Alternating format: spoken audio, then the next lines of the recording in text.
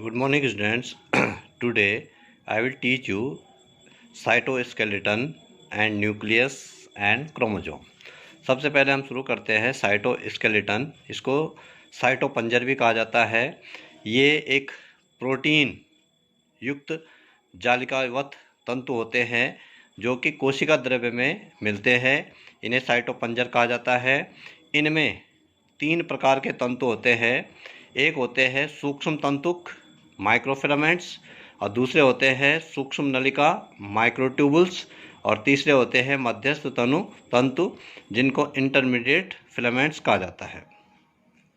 Microfilaments जो होते हैं ये बिखरे हुए समांतर समूहों में व्यवस्थित होते हैं और कोशिका द्रव्य में ये बिखरे रहते हैं। इनका जो प्रमुख कार्य होता है ये कोशिका को यांत्रिक शक्ति प्रदान करते हैं। जो सूक्ष्म नलिकाएं होती है माइक्रोट्यूबुल्स जो होते हैं ये कसाव और पक्षमाभ जैसी संरचनाएं होती है जो कि कोशिका द्रव्य के प्रमुख भाग होते हैं और कोशिका द्रव्य के प्रमुख कार्यों में ये भाग लेते हैं।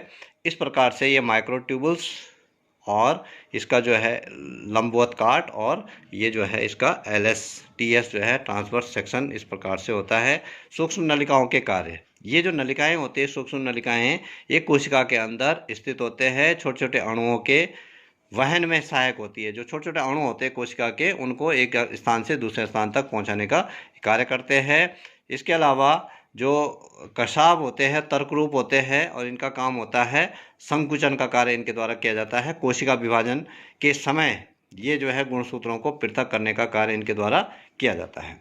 अब बात करते हैं कोशिका के अंदर जो कशाभिकाएं होते हैं या पक्षमाभिकाएं होती है, फ्लैजेला या सीलिया जो होते हैं। अगर हम कशाभिका की बात करें तो जीवाणुओं में, कुछ जंतुओं में और कुछ पादपों की कोशिकाओं में या युग्मकों में पाई जाने वाली चाबुक जैसी संरचना होती है जिसमें कि ऊपर से कशाभिकाएं लगी रहती है और ये जो है इसका काम होता है गति करना। अब दूसरे होते हैं पक्षमाभ। ये जो है छोटे छोटे और असंख्य जो है हेयर लाइक स्ट्रक्चर्स होते हैं, इनको पक्षमाभ बोला जाता है। अगर हम इनमें अंतर देखें पक्षमाभ और कशाभ में तो पक्षमाभ संख्या में अधिक होते हैं जबकि कशाभ की संख्या कम होती है। पक्षमाभ का जो आकार होता है वो छोटा होता है जबकि कशाभ का आकार जो है वो बड़ा होता है। इस प्रकार से ये जो है ये पक्षमाभ जो है संयुक्त रूप से स्पंदन का गति करते हैं जबकि कशाभ स्वतंत्र रूप से गति करने में सक्षम होते हैं। इस प्रकार से अगर हम दूसरी संरचना इसमें देखें तो कहलाती है सेंट्रोसोम या तारककाय। तारककाय जो होता है वो जंतु कोशिकाओं में पाया जाता है और केंद्रक के समीप पाया जाता है। जब 2 तारककाय केंद्रों को हम जो है जब कोशिका का विभाजन होता है तो जो सेंट्रोसोम होता है वो भी विभाजित हो जाता है और इस प्रकार से जो है कोशिका विभाजन में सहायता प्रदान करता है। अगर हम तारककाय की बात करते हैं तो तारककाय जो है वो एक त्रिक संरचना से मिलकर बना होता है। इस प्रकार की त्रिक संरचना होती है 1 2 3 और कुल 9, इस प्रकार से 9 जो है ये त्रिक बना के जो है सेंट्रोसोम की संरचना बनती है। और अगर हम तारककाय का कार्य देखें तो कोशिका विभाजन के समय ये जो है 2 भागों में बढ़ जाता है और केंद्रक के दोनों ओर ये चले जाता है, 2 ध्रुवों में चले जाता है और जिससे कि धीरे धीरे कोशिका का विभाजन होना शुरू हो जाता है। अब हम बात करते हैं जीव द्रव्य की। तो जीव द्रव्य जो है कोशिका का जो जीवित भाग होता है, कोशिका को हम 2 भागों में विभाजित कर सकते हैं। एक कहलाता है कोशिका झिल्ली या कोशिका भित्ति और दूसरा कहलाता है जीव द्रव्य। जीव द्रव्य के अंतर्गत जो है 2 भाग होते हैं, कोशिका द्रव्य और केंद्रक। तो कोशिका द्रव्य में पाए जाने वाले समस्त सेल ऑर्गेनेल के बारे में हम पढ़ चुके हैं। अब हम पढ़ते हैं जीव द्रव्य। जीव द्रव्य का मतलब होता है जो सजीव भाग होता है और जीव द्रव्य में जो है केंद्रक, कोशिका द्रव्य के बारे में हम पढ़ चुके हैं। अब दूसरा है केंद्रक। केंद्रक की जो खोज है वो 1831 में रॉबर्ट ब्राउन ने केंद्रक की खोज की और ये जो है कोशिका द्रव्य में धंसा हुआ रहता है, गोल आकृति का, गहरे रंग का होता है और ये कोशिका में प्रायः एक ही केंद्रक होता है और केंद्रक जो होता है दोहरी झिल्ली वाला होता है, उसमें बाहर से जो है दोहरी झिल्ली पाई जाती है। अब अगर हम बात करते हैं दोनों कलाओं के बीच, दोनों जो झिल्लियाँ होती है उनके बीच परा केंद्रकीय स्थान अवकाश पाया जाता है, और इसमें जो है छोटे छोटे स्थान स्थान पर जो है सूक्ष्म जो है केंद्रकीय छिद्र होते हैं, छोटे छोटे छिद्र पाए जाते हैं। केंद्रक में पारदर्शी कणिका युक्त समांगी जो है मैट्रिक्स भरा होता है, जिसको हम केंद्रक द्रव्य कहते हैं। और इसमें ribo nucleo protein, chromatin threads, nucleotides, ये जो न्यूक्लियोलस ये जो है इसमें पाए जाते हैं।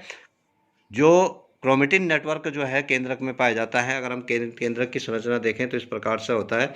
ये जो है इसकी दोहरी भित्ति होती है, बाहर की ओर जो है ये दोहरी भित्ति होती है, और अंदर इसमें जो है ये क्रोमेटिन नेटवर्क पाया जाता है, जिसमें कि डीएनए या गुणसूत्र पाए जाते हैं। और ये इसमें जगह जगह पर छोटे छोटे छिद्र पाए जाते हैं। इसमें एक न्यूक्लियोलस पाया जाता है, जिसको हम केंद्रिका कहते हैं। और ये केंद्रिका जो है केंद्रक में एक छोटा सा गोल भाग होता है, जिसे हम केंद्रिका कहते हैं। कभी कभी इसमें जो है 2 या 2 से अधिक केंद्रिकाएं पाई जाती है, और केंद्रिका जो है राइबोसोम के विभिन्न इकाइयों का निर्माण करती हैं। क्रोमेटिन की अगर हम बात करें तो ये जालिका जैसी संरचना होती है, रेटिकुलम बनाती है, जाल बनाती है। केंद्रक के कार्य अगर हम देखें, क्योंकि गुणसूत्र डीएनए में होता है, गुणसूत्र में डीएनए पाया जाता है, तो ये आनुवंशिक जो लक्षण होते हैं उनको एक पीढ़ी से दूसरी पीढ़ी तक पहुंचाने का कार्य करता है। समस्त उपापचयी क्रियाओं का नियंत्रण डीएनए के केंद्रक के द्वारा किया जाता है। डीएनए पुनरावृत्ति और अनुलेखन में जो है सहायता करता है, और इसके अलावा कोशिका विभाजन को नियंत्रण करता है। हम ये कह सकते हैं कि कोशिका की जितनी भी कार्य प्रणाली होती है, सारी कार्य प्रणाली केंद्रक के द्वारा जो है नियंत्रित होती है। अब बात करते हैं गुणसूत्र की। जो केंद्रक के अंदर क्रोमेटिन नेटवर्क होता है उसमें गुणसूत्र पाए जाते हैं। गुणसूत्रों की संख्या प्रत्येक जीवधारी में अलग अलग होती है। अगर मनुष्य की बात करें तो मनुष्य के केंद्रक में 23 जोड़े गुणसूत्र, 46 गुणसूत्र पाए जाते हैं। ये जो है गुणसूत्र की संरचना होती है, इसको पेलिकल बोला जाता है। और ये जो ऐसे ऐसे संरचना है सर्कुलर, ये जो है इसको जो है क्रोमोमियर्स बोला जाता है। और क्रोमोजोमल पॉइंट यहाँ पर बीच में होता है। प्राइमरी कॉन्स्ट्रिक्शन इसको बोला जाता है, ये सेकेंडरी कॉन्स्ट्रिक्शन, और ये नीचे वाला जो भाग है इसको सैटेलाइट बोला जाता है। और ये जो इसकी संरचना बाहरी होता है आकृति, इसको पेलिकल इसमें बोला जाता है। तो इस प्रकार से ये गुणसूत्र के जो है भाग कहलाते हैं। अब ये जो है जो चैप्टर है, अगर हम बात करें गुणसूत्रों की, तो गुणसूत्र जो है बहुत महत्वपूर्ण भूमिका हमारे जीवन में निभाते हैं। आनुवंशिक गुण जितने भी होते हैं उनको एक पीढ़ी से दूसरी पीढ़ी तक पहुंचाने का कार्य इन्हीं के द्वारा किया जाता है। तो इस प्रकार से ये चैप्टर यहीं पे समाप्त होता है। Thank you.